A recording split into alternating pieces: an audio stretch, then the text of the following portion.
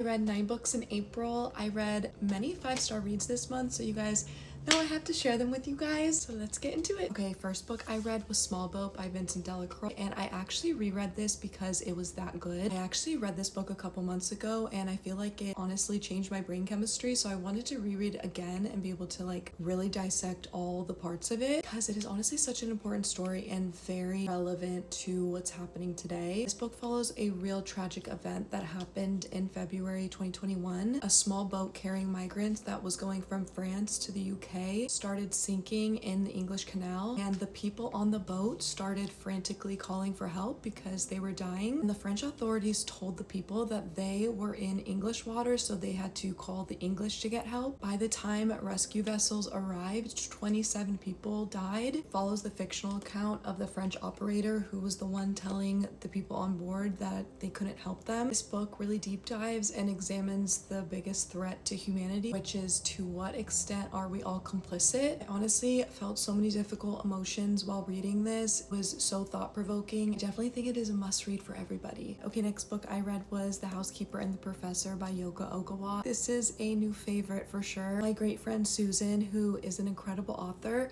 she sent me this because this is one of her favorite books, and I am so glad that I did. She has such good taste. It follows a math professor who had a very traumatic brain injury, so now he lives with only 8 minutes of short-term memory. She is a housekeeper with a 10-year-old son who is hired to take care of him, so this very unique and beautiful friendships start to bloom between all three of them. He can't hold memories for long, so they have to get very creative because every 8 minutes he doesn't know who these people are. It's a story about living in the present. He loves math, and so the author really uses like the math equations in the book as metaphors. The essence of this book reminds me so much of Tuesdays with Morrie by Mitch Albom, which you guys know I love so much. It was just a stunningly beautiful account of family. Really loved this book. Susan, thank you for sending this to me. I'm so grateful to have read it, and I love you so much. Next book I read was Damaged Goods by John Colbert. Wholeheartedly loved this book from the first page to the last. This is such a beautiful book, very raw and very real account of the experience of grief. These are different essays that follow the grieving process and the experience of grief and everything that comes with that. This is the author's experience losing his father to cancer and everything that he learned along the way about losing a loved one. Grieving is one of the most complex emotions, and I think that this book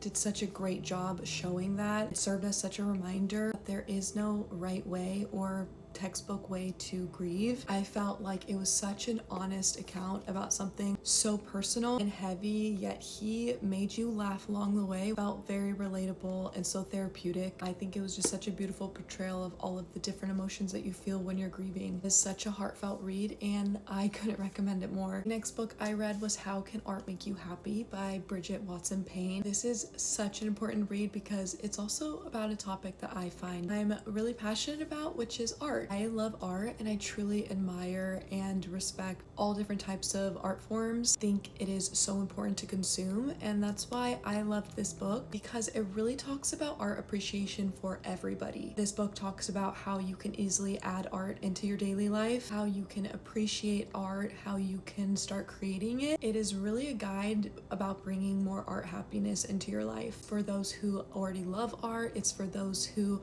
want to start loving art. Perfect little handy guidebook, and it made me happy. Next book was The Mosaic Key by Archie Campbell, and this was such a fun ride. This book was a historical mystery thriller, which I eat them up. I love them. This book follows Ethan, who is a museum researcher, and he discovers this Byzantine mosaic, which draws him into this century conspiracy where he is now on a mission to uncover century-old secrets. Him and Clara, this art historian, start following a trail of symbols and codes all over the world, from Venice to London, to uncover the legend of the Mosaic Key, which holds the power to rewrite history. It was such a fun, adventurous read. It It is very fast paced. There is thrill and danger and myths and codes, and it was suspenseful in all the right ways. It felt like I was in a movie, and I completely forgot that I was reading a story, and I just felt like I was in it. This was such a roller coaster of a ride. I had the best time reading it. Okay, next book I read is It's Not How Good You Are, It's How Good You Want to Be by Paul Arden, and this was such a great little read. It is a pocket Bible of really making the most of yourself and your life. The author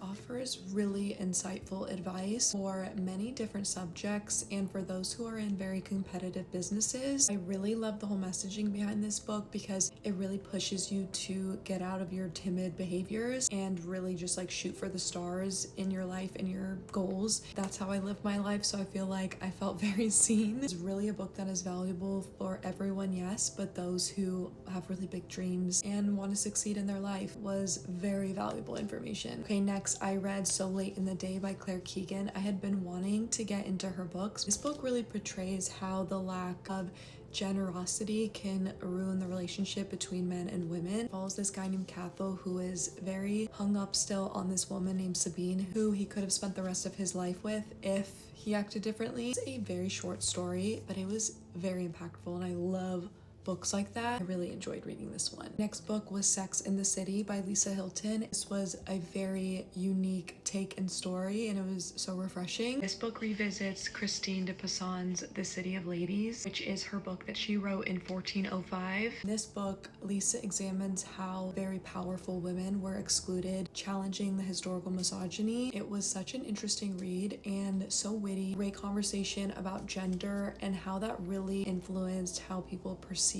greatness back then. A really interesting read. Okay, my lovely friends, those are all of the books I have for you guys today. I hope you guys read them and love them, and thank you guys for listening to me yap about my books. I love you guys so much, and I hope you guys had a wonderful and beautiful April, and I will see you guys in the next video.